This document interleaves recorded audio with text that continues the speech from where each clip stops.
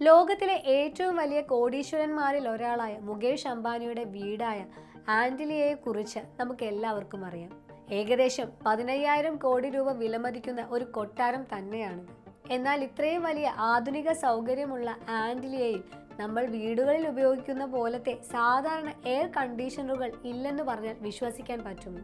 മുംബൈയിലെ ചുട്ടുപൊള്ളുന്ന ചൂടിൽ നിന്ന് ഈ ഭീമാകാരമായ കെട്ടിടത്തെ തണുപ്പിക്കുന്നത് പിന്നെ എങ്ങനെയാണ്?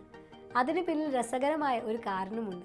അതിനു മുൻപ് ഒരു കാര്യം, ഈ വീഡിയോയിൽ നൽകിയിരിക്കുന്ന വിവരങ്ങൾ വിവിധ മാധ്യമ റിപ്പോർട്ടുകളെയും പൊതുവായ ലഭ്യമായ വിവരങ്ങളെയും അടിസ്ഥാനമാക്കിയുള്ളതാണ്. ഇതിൻ്റെ ആധികാരികത എനിക്കറിയില്ല, കാരണം ഞാനിവിടെ പോയിട്ടില്ല. ഈ കഥ തുടങ്ങുന്നത് ബോളിവുഡ് നടി ശ്രേയ ധൻവന്തരിയുടെ ഒരു അനുഭവത്തിൽ നിന്നാണ്. ഒരിക്കൽ ഒരു ഷൂട്ടിന്റെ ഭാഗമായി ശ്രേയയ്ക്ക് ആന്റിലിയയിൽ പോകാൻ ഒരു അവസരം കിട്ടി.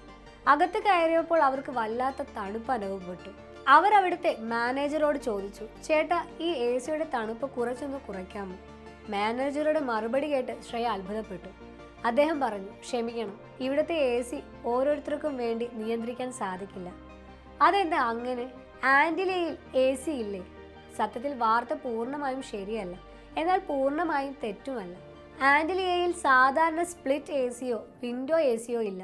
കാരണം കെട്ടിടത്തിന് പുറത്ത് AC-യുടെ യൂണിറ്റുകൾ വെച്ച് അതിന്റെ ഭംഗി കളയാൻ അംബാനി കുടുംബം ആഗ്രഹിച്ചിരുന്നില്ല.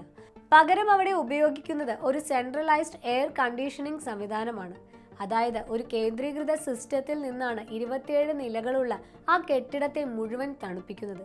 ഇനി നമുക്ക് ഏറ്റവും പ്രധാനപ്പെട്ട കാര്യത്തിലേക്ക് വരാം. ഈ AC-യുടെ താപനില നിയന്ത്രിക്കുന്നത് മനുഷ്യർക്ക് വേണ്ടിയല്ല, പിന്നെയോ ആന്റിലിയയുടെ അകത്തളങ്ങളെ അലങ്കരിക്കുന്ന കോടികൾ വിലമതിക്കുന്ന മാർബിളുകൾ, അപൂർവ ഇനം ചെടികൾ, പൂക്കൾ എന്നിവയ്ക്ക് വേണ്ടിയാണ്. ഇവയൊന്നും വാടിപ്പോകാതിരിക്കാനും കേടുപാടുകൾ സംഭവിക്കാതിരിക്കാനും ഒരു പ്രത്യേക താപനില അത്യാവശ്യമാണ്. അതനുസരിച്ച് ഈ AC സിസ്റ്റം സ്വയം പ്രവർത്തിക്കും. അതുകൊണ്ടാണ് മാനേജർക്ക് അത് മാറ്റാൻ കഴിയാതിരുന്നത്. അപ്പോൾ സ്വാഭാവികമായും ഒരു സംശയം വരും, ഇത്രയും വലിയൊരു സംവിധാനം പ്രവർത്തിപ്പിക്കാൻ എന്തുമാത്രം കറണ്ട് വേണമെന്ന്. വിവിധ റിപ്പോർട്ടുകൾ അനുസരിച്ച് ആന്റിലിയയിലെ ഒരു മാസത്തെ കറണ്ട് ബില്ല് ഏകദേശം 70 ലക്ഷം രൂപയാണ്. ഒന്നുകൂടി വ്യക്തമാക്കിയാൽ ഒരു മാസം ഏകദേശം 6,37,000 യൂണിറ്റ് വൈദ്യുതിയാണ് അവിടെ ഉപയോഗിക്കുന്നത്.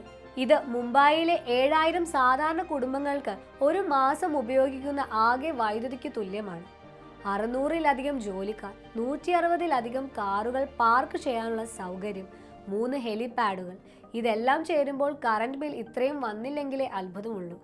അപ്പോൾ ആന്റിലിയയിലെ തണുപ്പിന്റെ രഹസ്യം ഇപ്പോൾ മനസ്സിലായില്ലേ? അത് മനുഷ്യർക്ക് വേണ്ടിയുള്ള AC അല്ല, മറിച്ച് ആ കൊട്ടാരത്തിന്റെ ആത്മാവിനെ സംരക്ഷിക്കാനുള്ള ഒരു സംവിധാനമാണ്. ഈ വിവരം നിങ്ങൾക്ക് പുതിയ അറിവാണെങ്കിൽ വീഡിയോ ലൈക്ക് ചെയ്യാനും സുഹൃത്തുക്കൾക്ക് ഷെയർ ചെയ്യാനും മറക്കരുത്.